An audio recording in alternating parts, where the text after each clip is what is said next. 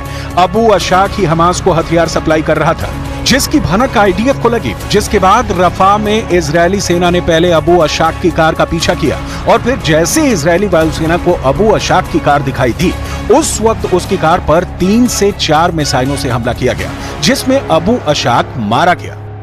לנו ברור שאנחנו צריכים להכריע את חטיבת רפיח. אני חושב שהמשימה הזאת מתקדמת באופן נחוש, מקצועי לצערי, גם לצד המחיר הכבד ששילמנו היום. ההישגים ברפיח של אוגדה 162, פיקוד הדרום, הישגים משמעותיים מאוד, וכן, אנחנו מתקרבים לפירוק חטיבת רפיח. 9 महीने से चल रही खूनी जंग के बावजूद हमास खत्म क्यों नहीं हो रहा है? इसकी सबसे बड़ी वजह है अबू अशाक जैसे हथियार सप्लायर जो लगातार हमास को हथियार दे रहे हैं। जरा सोचिए, अबू अशाक हमास को कैसे हथियार सप्लाई करता है। आतंकी अबू अशाक हमास को हथियार की तस्करी करता था। अबू अशाक 7 अक्टूबर 2023 के बाद से ही हमास को रफा क्रॉसिंग से हथियार सप्लाई कर रहा था। खबर यह भी है कि अबू अशाक अंडरग्राउंड टनल के जरिए हमास को हथियार पहुंचा रहा था, जिसकी खबर आईडीएफ को लग गई थी।